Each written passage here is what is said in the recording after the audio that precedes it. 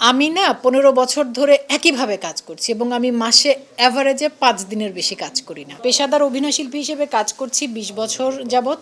এর মধ্যে যেটা হয়েছে যে প্রায় ১৫ বছর আগে ২০০৯-এ আমার বিয়ে হয়েছে। তারপর আমি সন্তানের মা হয়েছি। তারপর একটা লম্বা বিরতি ছিল ৩ বছরের। তারপর থেকে সেই বিরতির পর যখন আমি কাজে ফিরেছি, তারপর থেকে এখন পর্যন্ত আমি একইভাবে কাজ করছি। মানে আমি বছরে হয়তো ৩-৪টা কাজ করি।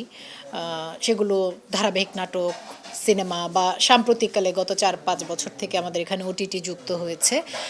আমি না ১৫ বছর ধরে একইভাবে কাজ করছি এবং আমি মাসে অ্যাভারেজে ৫ দিনের বেশি কাজ করি না। এখন এই যে আপনি যেটা বললেন যে নতুনভাবে সামনে আসা, সেটার একটা ব্যাপার আমার ধারণা প্রযুক্তিগতভাবে আমরা অনেক বেশি এগিয়ে গেছি। যেমন একটু সহজ করে বলি যে আজকে যে এই কাজটার ব্যাপারে আপনাদের সাথে সাক্ষাৎকার দিচ্ছি বা কথা বলছি, ৫-৬টি চ্যানেল এসেছে বা ১০টি চ্যানেল এসেছে। ১০টি চ্যানেলে যখন এটি প্রচার হবে তখন এই খবর অনেক মানুষের কাছে পৌঁছে যাবে। আজ থেকে ৫ বছর আগে কিন্তু আমাদের এই ব্যবস্থাগুলো ছিল না। তো এটা একেবারেই একটা প্রযুক্তিগত পরিবর্তন। আমি এখনও বছরে ৪-৫টি কাজ করি। ১০ বছর আগেও বছরে ৪-৫টি কাজ করতাম। আমি একই জায়গায় আছি। আমাদের দেশেও অনেক অভিনেত্রী, আপনারা কি বলবো, আমার সমসাময়িক বা আমার কাছাকাছি বয়সী সকল অভিনেত্রীই তো বিয়ে করেছেন, মা হয়েছেন, সন্তানের মা হয়েছেন, অনেকেই আছেন না প্রধান চরিত্রেও কাজ করছেন। মমো, বাঁধন, আমরা একেবারেই কাছাকাছি বয়সী এবং তারা প্রত্যেকেই সন্তানের মা হয়েছেন, তারপর কাজে ফিরেছেন এবং ভীষণ ভালো ভালো কাজ করছেন। সবাই কাজ করছে। ফিটনেস আমার মনে হয় মানে কোনো নির্দিষ্ট পেশার কথা আমি ওভাবে বলতে পারবো না। আমি মনে করি সুস্থতার জন্য ফিটনেসটা জরুরি সব মানুষের জন্যই।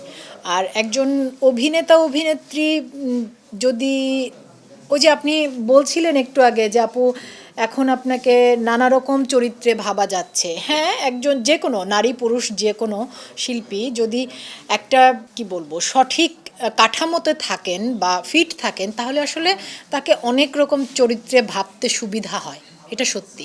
তো হ্যাঁ, কাজের ক্ষেত্রে তো এটা এক রকমের ইতিবাচক দিক। দর্শকদের জন্য ভালোবাসা। আর আমরা আমরা আসলে সবাই মানে পুরো দেশে আমরা জাতিগতভাবে বা রাজনৈতিকভাবে সার্বিকভাবে একটা ভীষণ অসহিষ্ণু সময়ের মধ্য দিয়ে যাচ্ছি।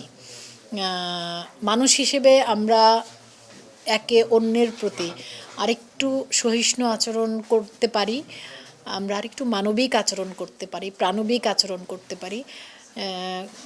খুবই ছোট্ট একটা জীবন আমাদের। আমরা মানুষের প্রতি বা সকল প্রাণের প্রতি আরেকটু ভালোবাসাপূর্ণ আচরণ করতে পারি সবাই, এটুকুই বলতে পারি। সবার জন্য ভালোবাসা।